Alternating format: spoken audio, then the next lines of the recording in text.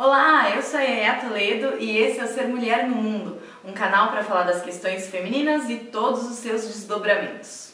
E o tema desse vídeo é: o feminismo é um humanismo? Mas como pergunta ou afirmação? Afinal, é ou não é?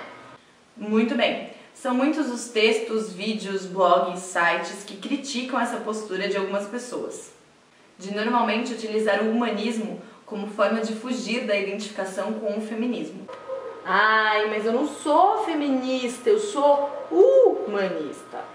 Disso nascem algumas desconfianças feministas, como a substituição de termos para descaracterizar a militância da mulher.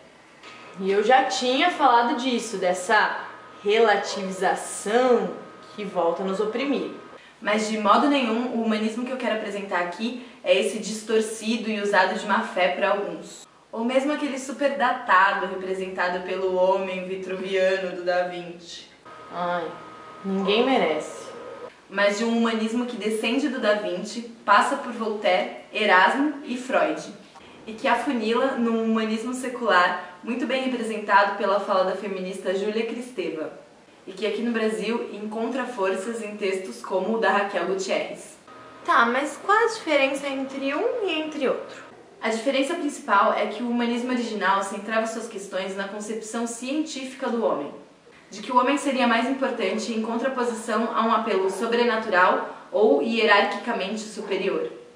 O humanismo secular é uma postura que abraça a razão humana, a ética, a justiça social e o naturalismo filosófico, rejeitando o dogma religioso, sobrenatural, pseudocientífico e supersticioso. Por isso, inicialmente, os humanistas eram ateus, mas hoje se classificam também como deístas, agnósticos e ignósticos. Porque o humanismo também se reinventou com o tempo e hoje questiona a importância da criação de mitos religiosos para a formação do homem. Tá, mas o que tudo isso tem a ver com o feminismo? Tem a ver que, assim como o humanismo lutou contra a opressão da religião sobre o homem, o feminismo lutou e luta contra a opressão do homem sobre a mulher. E nessa defesa de oprimidos, o humanismo com a sua concepção de homem e o feminismo lutando pelos espaços da mulher, eles acabaram se encontrando na defesa do oprimido pelo seu direito de politizar o pessoal. Do questionamento do próprio movimento feminista, nasceu o feminismo negro e o transfeminismo. E esses, longe de fechar mais a identificação da mulher com o feminismo, abriram para o leque das possibilidades étnicas, sociais, comportamentais, representativas e etc. Chega uma hora que não dá para desprender do feminismo, por exemplo, a luta por maior liberdade de expressão vestuária dos homens. Coisa simples, mas que também faz parte. Ou mesmo a luta de mulheres por masculinizarem-se para assumir a sua identidade trans. Por isso eu acredito que o feminismo é mais do que um assunto de mulher. É uma luta que abriu espaço para que todo indivíduo possa manifestar as suas particularidades enquanto ser humano, sem descaracterizar a luta pessoal de cada mulher, mas abraçando todos e todas pela libertação dos dogmas sociais.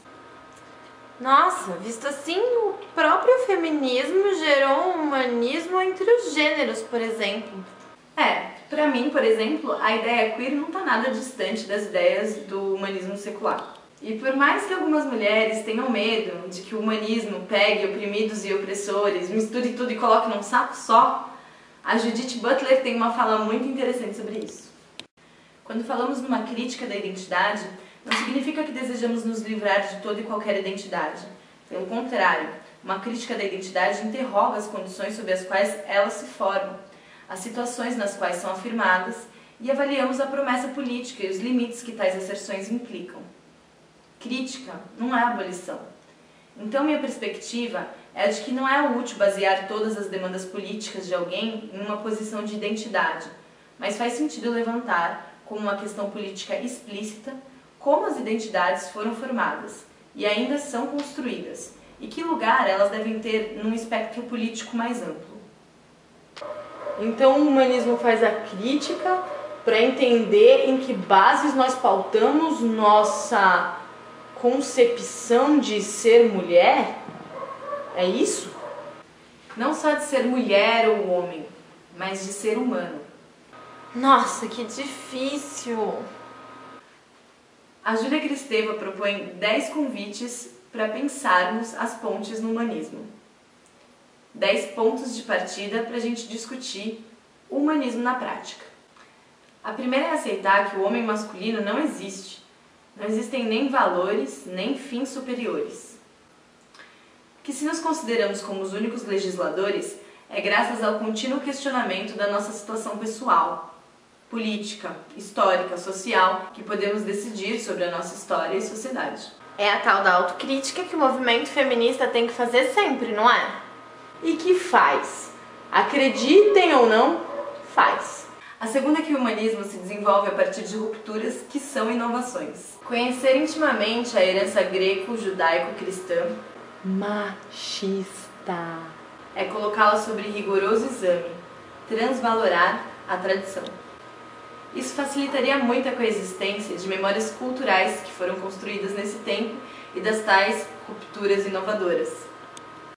Porque não é o fato de eu acreditar que um mundo queer seria melhor para todos nós que faz com que eu possa desvalorizar a tradição e a cultura da minha avó, por exemplo. Com isso a gente tem que tomar muito cuidado mesmo. Porque sem querer nós acabamos marginalizando a dona de casa como um ser não autônomo e escravizado. Como se algumas mulheres não tivessem o direito de preferir ficar em casa mesmo. A terceira é que o humanismo respeita, traduz e reavalia as variantes das necessidades de crer e saber do ser humano, que são patrimônios universais das civilizações. E aqui, o humanismo se livra um pouco da sua perseguição inicial contra a religião, para entender ela como um patrimônio universal de todas as civilizações. A quarta é que o desejo livre é um desejo de morte. E sobre isso o humanismo nem censura, nem lisonjeia. Ele toma o papel de observador, mas se propõe a pôr em evidência, a acompanhar e sublimar o comportamento. Isso é uma verdade freudiana, não é? Desejo, pulsão de vida, pulsão de morte, né? Não são essas mesmas verdades que as feministas questionam sobre a natureza violenta do inconsciente? Sim, por isso que o humanismo não se propõe a resolver essas questões, e sim evidenciá-las, acompanhá-las e, se for necessário, como parece que é, sublimá-las. A quinta é que o humanismo é um feminismo. Nossa, que esclarecido! Já chega assim se assumindo, que beleza! Na concepção da Kristeva, é importante que a gente repense a maternidade a partir de uma lógica humanista, que priorize o bebê e a mãe. Ela enfatiza a importância da mãe no desenvolvimento do bebê como a pessoa que apresenta a ele o confiar e o confiar-se, complementando a função do pai e da religião, num pleno exercício da ética humanista. Da religião?